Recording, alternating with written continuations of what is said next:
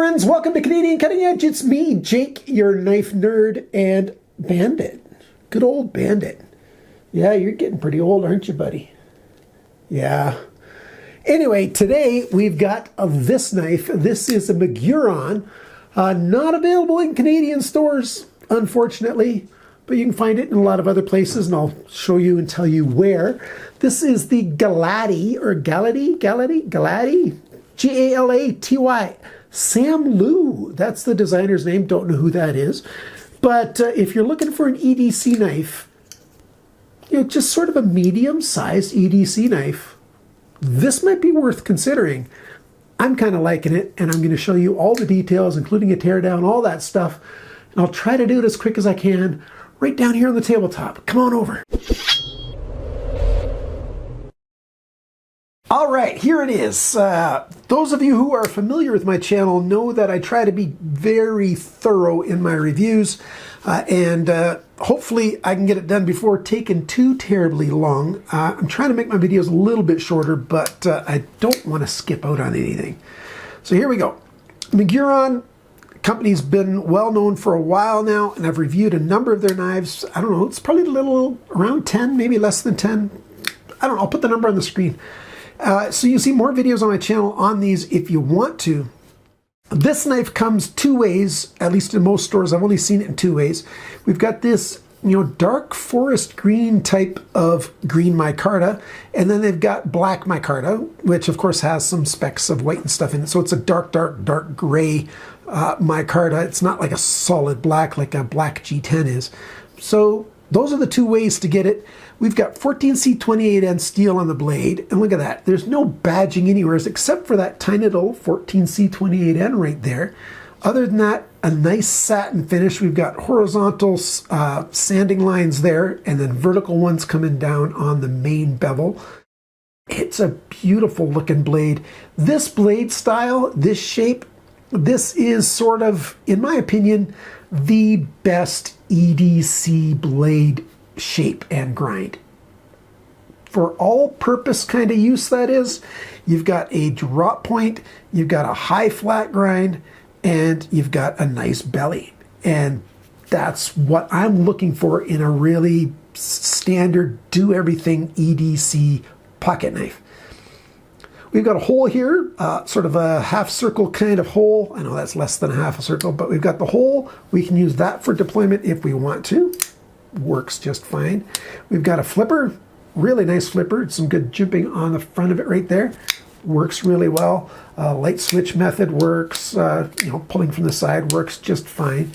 And it deploys really well that way. We've got a liner lock. Lock up there is exactly how I like a brand new knife to be. Alignment, it's not perfect, but it's very good, and it's not close to rubbing anywhere. Totally acceptable in my opinion. Jimping up here, it's a very nice jimping. Oh, it's a little bit dirty because yeah, I do use these knives, and for testing, I've got some of my human schmutz on there from my skin. I would like this jimping, as I say on most knives, to come out further. Another 50% further, maybe another 100% further would be great. When I'm using the traditional grip at the back, just on the handle, the jimping's perfect. But if I do want to use a forward grip and come up here, I'd like to have my thumb on some jimping. It'd be a little bit better. But this jimping's really well done. It's aggressive enough to be very grippy, but not bothersome. So very, very well done indeed. So that forward choil is big enough for my fingers, just barely. So hopefully your fingers aren't fatter than mine. My fingers are not very fat. Extra large this way, but my fingers are more just like a regular large hand size fingers. And so there you go, that's that. How well does this edge cut? Well, it's quite thin, and 14C28N is a good hard steel, roughly around 60-ish on the Rockwell C scale. And it's sharpened fairly well, and it just works quite well. I did some testing with it, you know, my standard testing, and I really, really like this edge. It wasn't super sharp from the factory, but it wasn't dull at all, and it just works. It's a good edge. Decent for piercing. You've got that nice guard from that flipper there, so if you have to pierce into stuff, you're safe. You've also got you know, the nice belly for slicing and cutting. So piercing, slicing, and cutting, it does all those things well. Handle. We've got full liners. They are skeletonized, and I'll show you that when I do the teardown. So you'll see that. We've got a liner lock, as I showed you already, and whoop, I opened it onto my hand right there. It works quite well indeed, and I'm very happy with it. What do we got coming back on the handle here? We've got a titanium pocket clip. Yeah, titanium. The black one's all black. This one's sort of a gray finish on here. Well, titanium is gray, but you know, it's a nice smooth finish. Little lines, little touches just to make it look really well done. But that pocket clip is a good pocket clip. T8 screws everywhere, but the pocket clip functions. It climbs over the edge, goes to full depth, holds the knife, looks good without being obnoxious, without being you know, too in your face. It's a really good touch on a what I call a budget priced pocket knife, which these days almost anything under $100 is basically, you know, sort of a budget price these days. It's not ultra low budget, you know. Some guys, I always get some guys in videos who don't like the fact that I call a $50, $60 knife a budget knife. That's not budget. Well, okay, you find a better knife at a better price.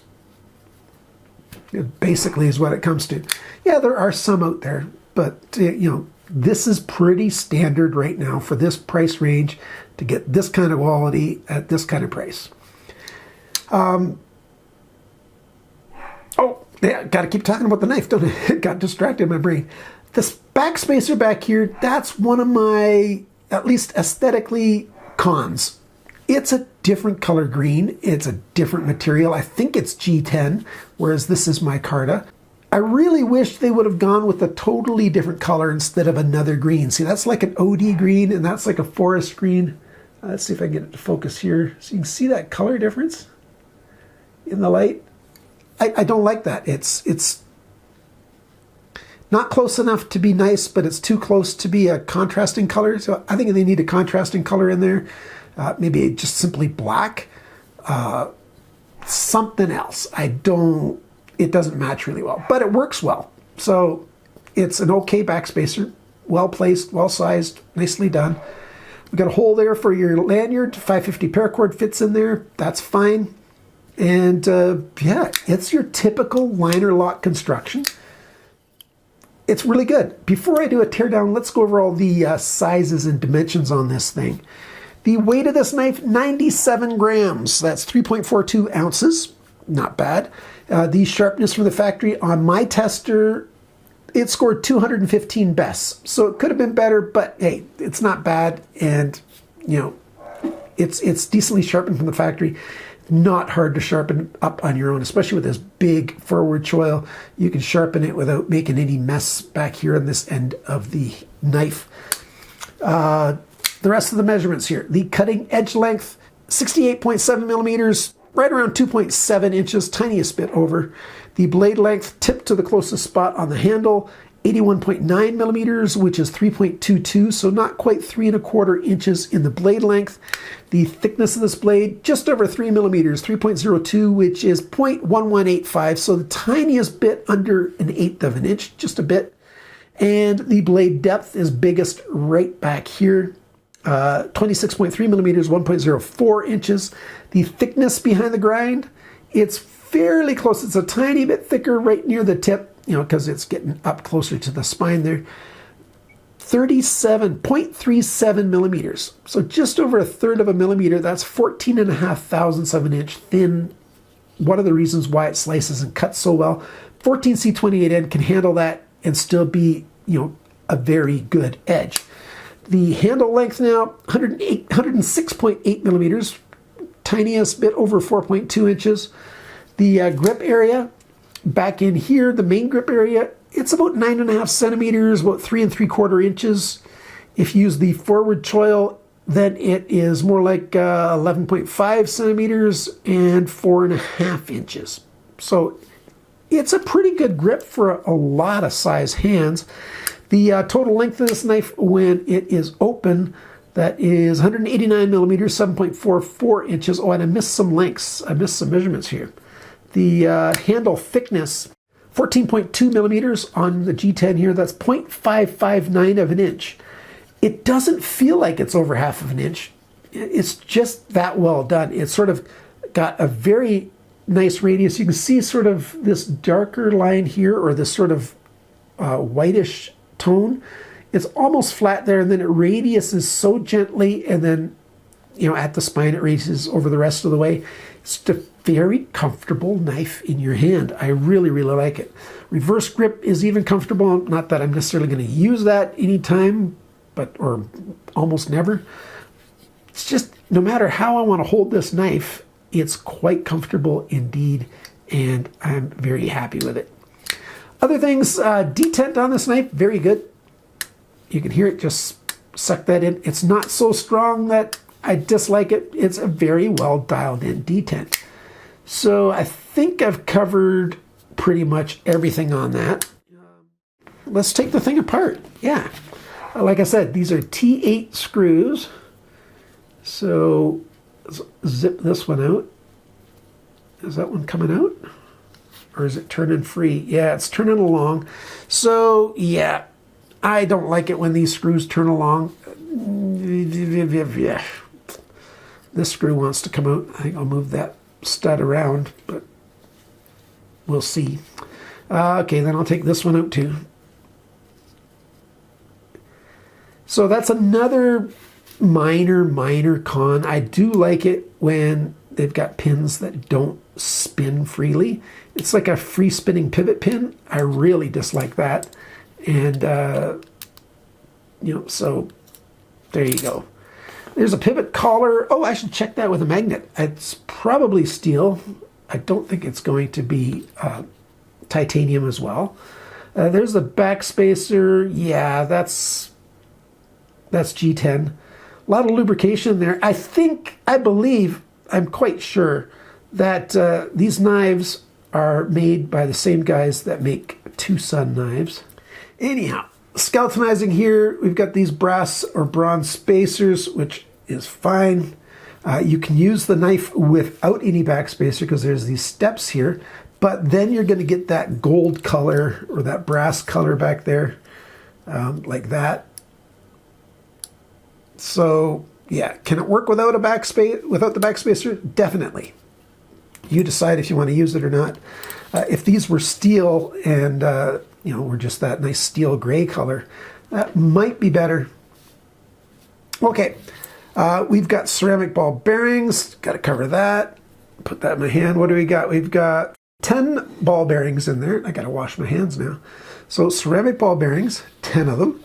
There's the stop pin, and there is the milled out plate on the pivot pin, and it fits right there. So that's what stops it free spinning. So we've got a totally round pivot pin, and we've got this plate here. Where am I going to find it? Which way was it? That way? I think it's that way. Fits in there really well. I like that. Nice touch. So yeah, you can see I've made it dirty in there. That's from use. I'll clean it up, and you know, I'll lubricate it with my Gunny Glide and put it back together again off camera, and then I'll tell you my summary. A couple things that I realized I forgot to say. No blade play, side to side, up and down. Lockup is really, really well. I just mentioned where it was locked up, so that's pretty good.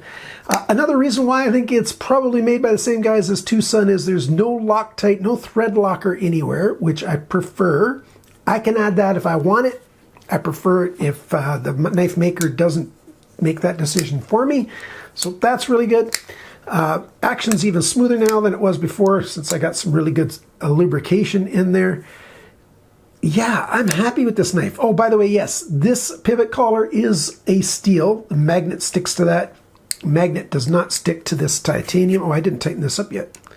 I assembled it and forgot to tighten up the... well, that screw's tight, just that other one wasn't. There we go. Very well done. Yeah. What do I think of this thing overall?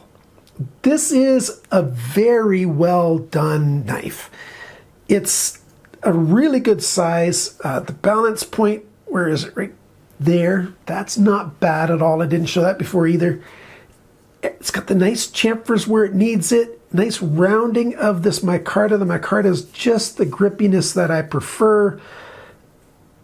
You know, it's a really well done knife. 14C28N, really good budget steel. It's well constructed. Just a tiny little niggling thing, you know, I would like it if the pocket clip could go on either side. You know, that would be better. I do like this pocket clip. It's quite nice indeed. A G10 backspacer that's sort of an odd green color compared to the handle, like OD green and forest green, they just don't go together that well. That's the only things I really find a little bit odd, and those are kind of nitpicky. Overall, I like this knife. Oh, the jimping, I wanted a little bit more jimping. Stonewash finish, I'd prefer that too, but hey, there's nothing wrong with this. Nice satin finish, nice thin edge, good steel, you know. Yeah, and Bandit's just freaking out upstairs, and I gotta go find out why. So I'm ending this video right here. Thank you so much for watching, liking, sharing, commenting, and subscribing. Those things mean a lot to me. And remember, friends, cut towards your chum, not your thumb.